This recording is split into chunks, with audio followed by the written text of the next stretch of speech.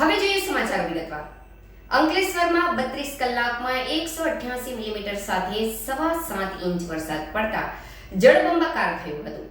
અંકલેશ્વર શહેર તેમજ નોટિફાઈડ રહેણાંક અને જીઆઈડીસી સહિત અનેક વિસ્તારોમાં પાણી ભરાવો થયો હતો. અંકલેશ્વરમાં ભારે વરસાદના કારણે આમલા ખાડી, પિરામણ, આંબોલી અને હાંસોટ રોડને તસોતસ પાણી વહેતું જોવા મળ્યું હતું. સવારે 6 વાગ્યા સુધીમાં 115 મિલીમીટર અને દિવસ દરમિયાન 2 વાગ્યા સુધીમાં 73 મિલીમીટર વરસાદ નોંધાયો હતો. અનરાધાર વરસાદ ચાલુ રહેતા જનજીવન ખોરવાયું હતું. ગુજરાત હવામાન વિભાગ દ્વારા દક્ષિણ ગુજરાતમાં 3 દિવસ ભારે વરસાદની આગાહી આપવામાં આવી છે, જેના કારણે ભરૂચ જિલ્લામાં અવિરત વરસાદ વરસી રહ્યો છે. અંકલેશ્વર તાલુકામાં ધોધમાર વરસાદના કારણે જનજીવન ખોરવાયું હતું. અંકલેશ્વર તાલુકામાં રવિવારથી સોમવાર બપોર દરમિયાન 7.25 ઇંચ વરસાદ વરસતા નદી નાળા છલકાયા છે. સવારથી એકધારા ચાલી રહેલા વરસાદમાં બપોરે 2 વાગ્યા સુધીમાં 73 મીમી વરસાદ સાથે 3 ઇંચ વરસાદ ખાબક્યો હતો. ભારે વરસાદના કારણે અંકલેશ્વર શહેર પાસેથી પસાર થતી આમલા ખાડી અંકલેશ્વરથી હાંસોટ સુરતને જોડતા સ્ટેટ હાઈવે પર કડકિયા કોલેજ પાસે પાણી રોડ લેવલ પર વહેતું જોવા મળ્યું હતું. તો પિરામણ ગામ નજીક અંદર બ્રિજ પાસે પણ પાણી રોડ લેવલ પર વહેતું થયું હતું. એસે મોટરથી કોટ રોડ પર 1 થી 1.5 ફૂટનો પાણીનો ભરાવો જોવા મળ્યો હતો. અંકલેશ્વર શહેરમાં જલારામનગર, પાર્શ્વનગર, રામકુંડ, કમલમ તળાવ, અંબિકાનગર, ડીજીનગર, એશિયાડનગર, યશોધરા સોસાયટી માર્ગ, સર્વોદયનગર સહિત વિસ્તારમાં પાણીનો ભરાવો થયો હતો. જોકે વરસાદે બપોર બાદ હળવો વિરામ લેતા પાણી ઓસરી રહ્યા હતા. શહેરની પંચાયતી બજારમાં ઘૂંટણસમા પાણી ભરાતા રહીશો, દુકાનદારો તેમજ વાહન ચાલકોને ભારે હાલાકીનો સામનો કરવો પડ્યો હતો. જ્યારે શહેરની મધ્યમાં આવેલ સંજયનગરમાં પ્રથમ વરસાદે કેડસમા પાણી ભરાયા હતા અને કેટલાક ઘરોમાં પાણી જતા રહીશો મુશ્કેલીમાં મુકાઈ ગયા હતા. છેલ્લા 5 વર્ષ ઉપરાંતથી ચાલી આવતી સમસ્યા અંગે પાલિકા તંત્રની અનદેખીને લઈ લોકોમાં રોષ ફેલાયો હતો. લોકો દ્વારા પાલિકા કચેરી ખાતે ધસી આવી રજૂઆત કરાઈ હતી. ડીજીવીસીએલ કચેરી ખાતે પણ પાણી ભરાવો થતા કર્મચારીઓનું બહાર નીકળવું પણ મુશ્કેલ બન્યું હતું. નવીનગરીથી શ્રીધર સોસાયટી જતા ટાટા જમશેદ માર્ગ પર પણ પાણીનો ભરાવો થયો હતો. તો હસ્તી તળાવ ગાયત્રી મંદિર ખાતે માર્ગો પર 1.5 થી 2 ફૂટ પાણી ભરાવો થયો હતો. જીઆઈડીસી વિસ્તારમાં પ્રતિન ચોકડી વિસ્તારમાં મુખ્ય માર્ગ ઉપર પાણી ફરી વળ્યા હતા, જેને કારણે વાહન ચાલકો અટવાયા હતા અને મહા મુસીબતે વાહનો પસાર કર્યા હતા.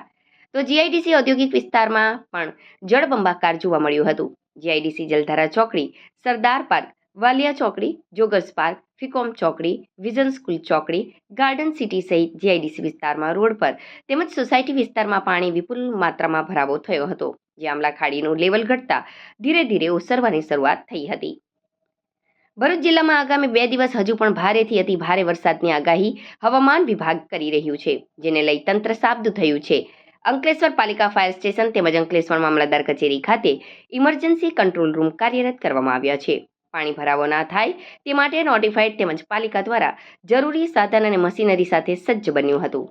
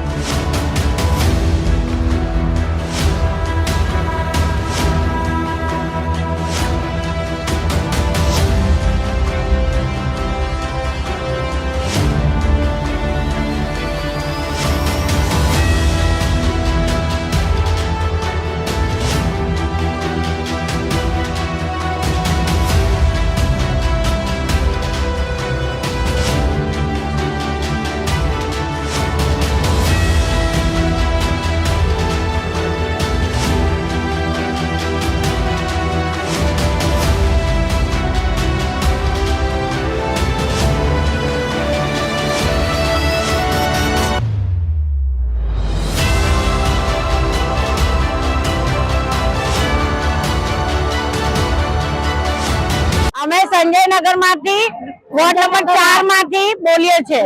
અમારી વર્ષોથી પાણી ભરાવાનો તકલીફ પડે છે, પણ કોઈ અમારું સાંભળતું નથી અને વારંવાર અરજી લાગીએ છે તો બી કોઈ સાંભળતું નથી। અમે સંજયનગર માં રહીએ છીએ અત્યારે। અમે નગરપાલિકામાં જઈને આવ્યા પણ અમારું કોઈ સાંભળ્યું નહીં। આવે છે તો તોડે છે, પાણી કાઢે છે એવું કહીને અમને જતા કરી દીધા। બસ કમર ઉઠીને પાણી છે અમારા ઘરમાં। કાલ 6 વાગ્યાનું પાણી ભરાયેલું છે। અમે નહીં ખાધું કે નહીં ઊંઘા, કાલના એવા ને એવા રખડીએ છીએ અમે। અનાજ બધું ઘરનું વસ્તુ બધું પલાઈ ગયેલું છે, વસ્તુ નહીં લેવાનું। રજૂઆત હવે હાલમાં નગરપાલિકામાં કરીને જ આવ્યા। એ લોકો કે તમે જાઓ, અમે આવીએ છીએ। અમારા ઘર છે, અમારે પાણીનો નિકાલ કરેલો બસ।